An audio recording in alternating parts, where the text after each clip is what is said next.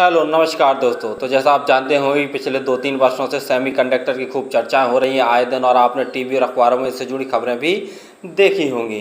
तो इसकी कमी के सेमीकंडक्टर की कमी के चलते आपने देखा होगा कि मोबाइल इंडस्ट्री हो, ऑटो इंडस्ट्री हो, को काफ़ी समस्याओं से जूझना पड़ा था। लेकिन आने वाले दिनों में यह समस्या दूर होने वाली है। जैसा आप जानते ही होंगे कि हाल ही में प्रधानमंत्री नरेंद्र मोदी की अमेरिका यात्रा के दौरान 3 प्रमुख अमेरिकी सेमीकंडक्टर कंपनियों ने MOU साइन करके भारत में निवेश का ऐलान किया है। इसके बाद वाणिज्य मंत्री पीयूष गोयल ने कहा है कि भारत में सेमीकंडक्टर निर्माण का रास्ता साफ हो गया है। तो ये बहुत अच्छी खबर निकल के आ रही है। तो किन कंपनियों को फ़ायदा हो सकता है, और तो जानेंगे उनके फंडामेंटल के बारे में। तो सबसे बड़ी कंपनी तो एक हमारी यही वेदांता लिमिटेड निकल के आ रही है, जो कि सेमीकंडक्टर में बहुत भारी भरकम तरीके से एंट्री बनाने की सोच रही है।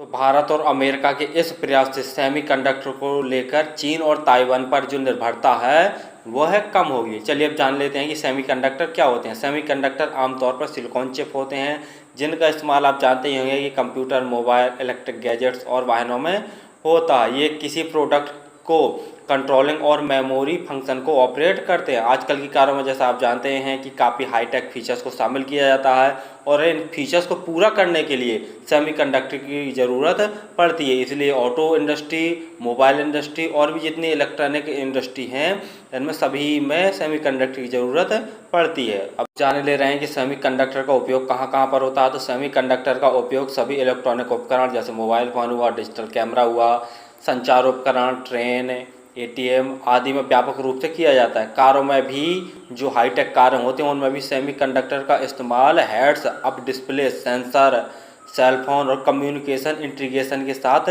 हाई क्वालिटी वाले इंजन के ये एलिमेंट्स में होता है। इसके अलावा driver assistant, parking, rear camera, blind spot detection, airbag, emergency breaking में भी सेमीकंडक्टर की ज़रूरत पड़ती है। और ऑटोमोबाइल मार्केट में फ़िलहाल जितनी भी महंगी कार हैं उन सभी में सेमीकंडक्टर का उपयोग होता है, और इनका इस्तेमाल करंट को नियंत्रित करने के लिए भी किया जाता है। और इनके बिना जो मौजूदा कारें हैं उनकी कल्पना करना भी बेकार है। जैसा हमने देखा कि सेमीकंडक्टर ही हमारा फ्यूचर है, और जो भी इस कंपनी में आगे बढ़ेगी, बढ़ के योगदान देगी, तो स्वाभाविक सी बात है उसकी ग्रोथ है होना तय ही है। तो पहली कंपनी हमारी वेदांता लिमिटेड ही निकल के आ रही है, जो कि भारी भरकम प्रयास कर रही है सेमीकंडक्टर को बनाने में। तो चलिए हम देखे ले रहे हैं इस कंपनी के फंडामेंटल में देखते हैं। कंपनी का मार्केट कैप 1,03,319 करोड़ का, स्टॉक का P 9.68% है, और इंडस्ट्री का P 10.8% है। यानी देख लिया जाए तो अभी इंडस्ट्री का P से इससे सस्ता चल रहा है। ROCE देखते हैं तो 23.8% है, ROE देखते हैं तो 20.4%। यानी ROE काफ़ी दमदार है। कंपनी के ऊपर कर्जा भी देखते हैं तो 66,628 करोड़ का कंपनी के ऊपर भारी भरकम कर्जा है। और प्रमोटर होल्डिंग जैसा आप बता चुके हैं कि 68.1% है। और सबसे नेगेटिव पॉइंट वाली बात यह है कि इनके सभी के सभी शेयर गिरवी रखे हुए, प्रेज परसेंटेज जैसे यहाँ देख रहे हैं कि 100%, यानी सारे शेयर इनके गिरवी रखे हुए, जो कि कंपनी के लिए बहुत नेगेटिव पॉइंट वाली बात है। फ्री कैश फ्लो देखते हैं तो 19,411 करोड़ का है। यदि इससे भी कर्ज चुकाना चाहेगी तो फिर भी कंपनी के पास बहुत सारा लगभग 45,000 करोड़ के आसपास कर्जा बचेगा। प्रॉफिट आफ्टर टैक्स देख रहे हैं तो 10,678 करोड़ निकल के आ रहा। प्लस पॉइंट वाली बात यह है कि कंपनी भारी भरकम डिविडेंड देती है।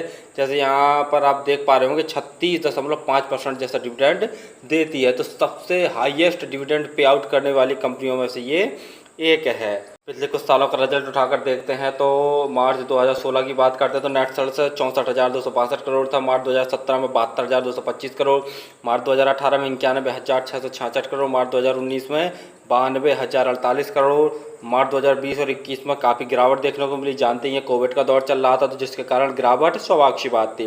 वहीं मार्च 2022 में फिर से काफ़ी अच्छे जंप देखने को मिला है। नेट सेल्स में 1,32,732 करोड़ का हो गया। मार्च 2023 में देखा जाए तो 1,47,308 करोड़ का नेट सेल्स हो गया, यानी नेट सेल्स में काफ़ी अच्छा पंपर ग्रोथ देखने को मिल रहा है। वहीं 2018 से अगर हम नेट सेल्स की नेट प्रॉफिट की बात करते हैं तो 2018 में कंपनी को 13,692 करोड़ का नेट प्रॉफिट हुआ था। 19 में 9,698 करोड़ का यानी नेट प्रॉफिट घट गया था। 20 में देखा जाए तो कंपनी लॉस मेकिंग बन गई थी, 4,744 करोड़ का लॉस हुआ था कंपनी को। 21 में देखा जाए तो 15,032 करोड़ का नेट प्रॉफिट। मार्च 2022 तक देखा जाए तो 23,710 करोड़ का बम्पर प्रॉफिट कंपनी ने कमाया था। वहीं देख ले तो मार्च 2023 की बात करते हैं तो 14,503 करोड़ का नेट प्रॉफिट बचा, यानी कंपनी के एक्सपेंसिव अर्थात जो खर्चे हैं वो उन पर कंट्रोल नहीं कर पाई, तो जिसके कारण नेट रेवेन्यू में तो काफ़ी बम्पर ग्रोथ देखने को मिला, लेकिन नेट प्रॉफिट में गिरावट देखने को मिली है।